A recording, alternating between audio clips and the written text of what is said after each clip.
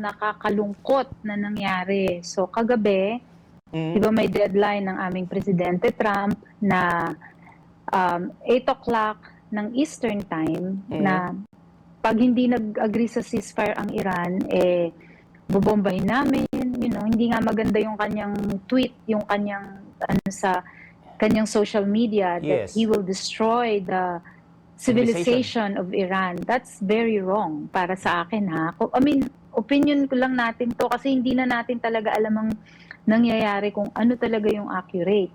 So basically, nag-agree ng ceasefire kagabi, may mga conditions daw na nag-agree ang Amerika at saka Iran. So isa na dun sa conditions ng Iran, kailangan daw wala na uling bubomba sa kanila, na may ceasefire, wala nang aatake sa kanila. Para buksan nila yung Strait of Hormuz na nakaapekto nga sa global economy because 20% of the gas, of the crude oil passes through that strait, through that waterway. Ang nangyari kaninang umaga pagkagising namin, lahat dito, wala pa raw 4 na oras na nag-agree ng ceasefire. Ang Israel, binomba na naman ang Lebanon.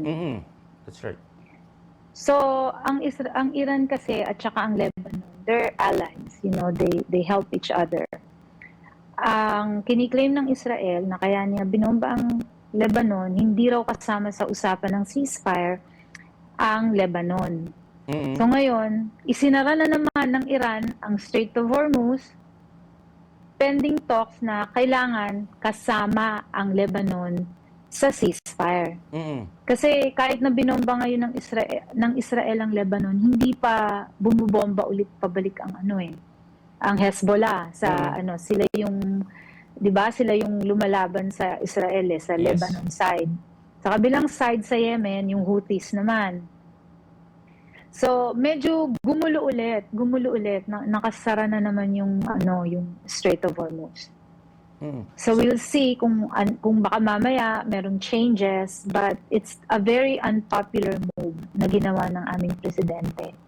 Kahit sa partido niya, most of the citizen of our country do not agree with attacking Iran because Israel is going to attack anyway. That was according to our Secretary of State Mark Rubio.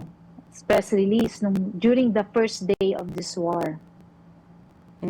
Ma'am Des, ano po ba ang mabe-benefit po ng Amerika with this war with Iran? At kung mapasok nila ang Iran, is that the oil again, just like Venezuela, or the other way around? Or para mapalakas pa rin po ang petrodollar na binabanggit ngayon dahil with Iran ay medyo nagkakaroon po ng pag-collapse ng petrodollar, ma'am? So balikan na naman natin yung mga history and yung mga nangaraang balita and incidents, right? Yes. So last year, ang dineclare ng Amerika na goal nila for attacking Iran this time is, number 1, to have a regime change. Gusto nilang matanggal the Ayatollah Khamenei, the older Ayatollah, and also to prevent them from developing the nuclear, yung enriching nuclear capacity, right? So that they cannot build nuclear weapon. So let's go back, number 1, Ayatollah, na kanilang goal to change the regime. Napatay nila yung leader ng Ayatollah, yung sa IRGC leader. They killed, napatay nila. But, was there really a regime change? There's no regime change. It did not happen. Kasi, ang pumalit lang, yung anak ni Ayatollah, which is according sa report, he's actually more aggressive and more aggressive and more conservative compared sa matandang Ayatollah. Mas radical daw according to the news press. So that's one. So that was a failure. They were not able to achieve that. They were expecting that the people will overthrow the government after nila mamatay yung kanilang supreme leader, like what happened to Venezuela after they took out Maduro.